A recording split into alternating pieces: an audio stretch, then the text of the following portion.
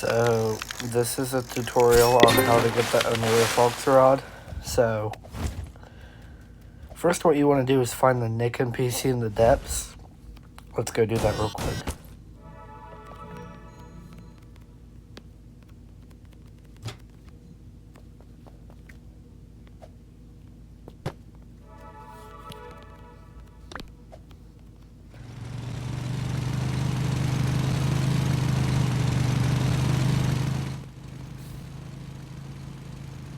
I mean, if I can find the stupid whirlpool, because these things aren't guaranteed to always be around. You know, Statue of Sovereignty has a lot of spawn locations.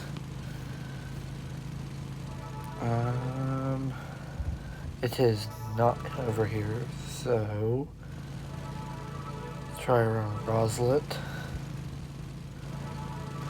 You're actually weird if you say Roslet. Like, who comes up with that sort of name?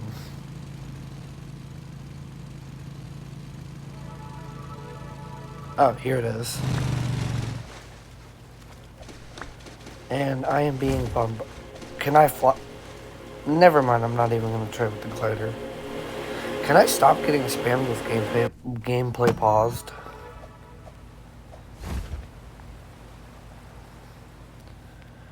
So you want to make your way down here. If you don't already have the depths unlocked, I don't know what's wrong with you, but get it unlocked.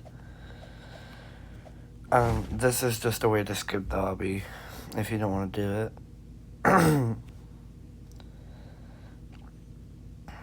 So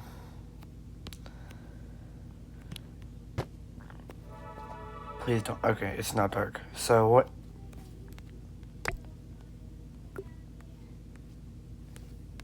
So what you want to do is go straight forward,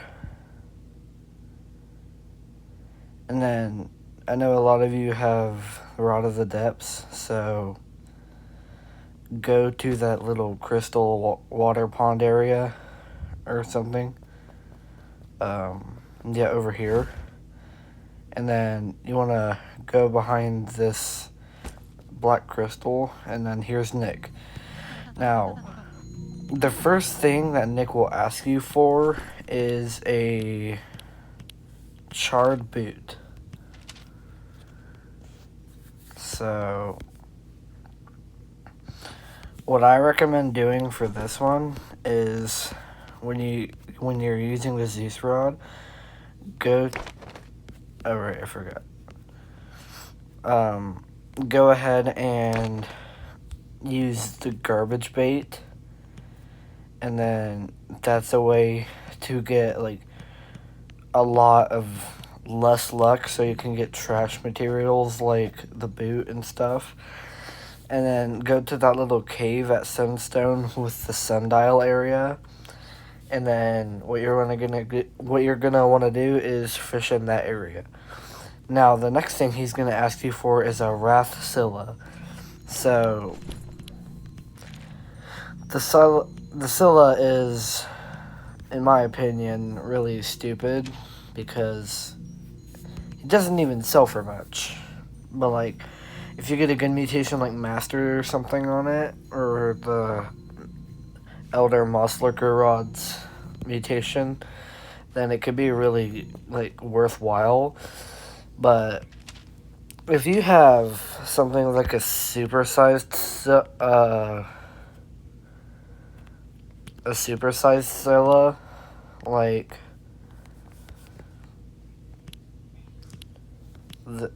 oh wait, hold on.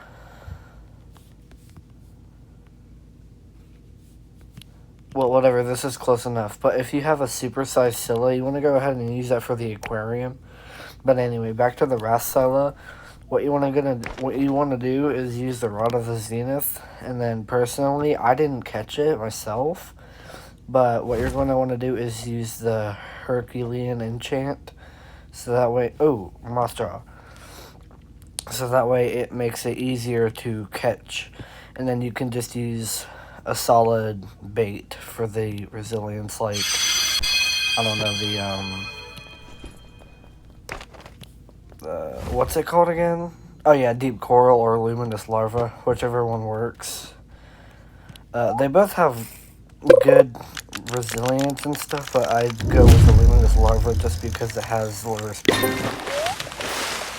So anyway, I'm not even moving. Can you stop spamming me with the gameplay paused? So, and then what you want to do is, so many of you, if you watch Frieza, you know the Frieza incident where he spent so long to get the Wrathzilla, and then he finally caught it, and then it wasn't Wrath. So, yeah, it's not 100% chance to get it, but you do want to still go ahead and try. And if it takes you too long or you just can't get it, I'd recommend trading. What I did is, I personally think I scammed the guy, but I gave him a molten jet ski for the Wrathzilla, and he also gave me the Heartless skin for No Life Rod. Can I just catch this, please? It's not that hard. And then, the next thing, which is, in my opinion, the worst thing to get for the quest, probably the worst thing to get for any quest, a shiny, sparkling Wrath floppy. Now, I cannot tell you how many shiny totems I used in Aurora totems to try to get that thing. But just go ahead and try to trade for it. If you have enough money, wait for the black market and admin abuse to get it. But yeah, I don't know why, but they raised the price of it from 50 million to 150 million, so I'm kind of mad. I was really mad about that. But I was able to find a trade with some guy I found in the trading plaza named Coco. And he also tried to help me get the charred boot, but I caught it before he got it. And then, so the stats on the Onirifalx are, well, the only bad thing is the resilience. But if we go in here, oops, wrong one. If we go in here, lure speed, basically instant no matter what. Luck, insanely high, 777. Control is 0.17. Dang, they like sevens for some reason. And then resilience is negative infinite, but like, if we look at me trying to catch this thing, yeah, the negative infinite resilience doesn't really matter. If any of you have an Elder Mostra, or a Shrouded Synchro, go ahead and, if you want to trade it, just send me a friend request. I'll put my username right here. Anyway, yeah, so, the next thing I'm going to try to get is the Elder Moss Ripper, but, for the stats for the enchant that I would recommend on the Onirifalx, don't go for anything that has to do with resilience or lure speed, because you can't fix the resilience no matter what. But if you want to go for Herculean, do that. It's really not my choice what you do. But, oh, got it. Watch how fast I catch this thing. So that scythe that dropped down, it's a passive. I think it's like a 30% chance. And there's also, like, I think 3 different mutations you can get with Onirifalx. But, yeah, so, I'm gonna go for the Ash Claw. Now, another thing that the Onirifalx does is it allows you to fish in any body of water. It doesn't matter if it's the brine pool or the lava at Roslet. And then, so actually, a lot of you might be confused about the Ash Claw. Like, if you see the earthquake, I fell for that many times. It is not the earthquake. It is the Ash Claw event. It will say Ash Claw in the event thing. But, yeah, I'm going to show you what the Onirifalx does when you try to fish in the lava. So, a lot of other rods, they will, like, the bobber will burn and stuff, but if you try to do it with this, now, the ash claw is cataclysmic, so, yeah, not really fun to try to get, but I'm still gonna get it. No, that is a relic. I don't need a relic. Ooh, unless it's exalted. I need exalted relics.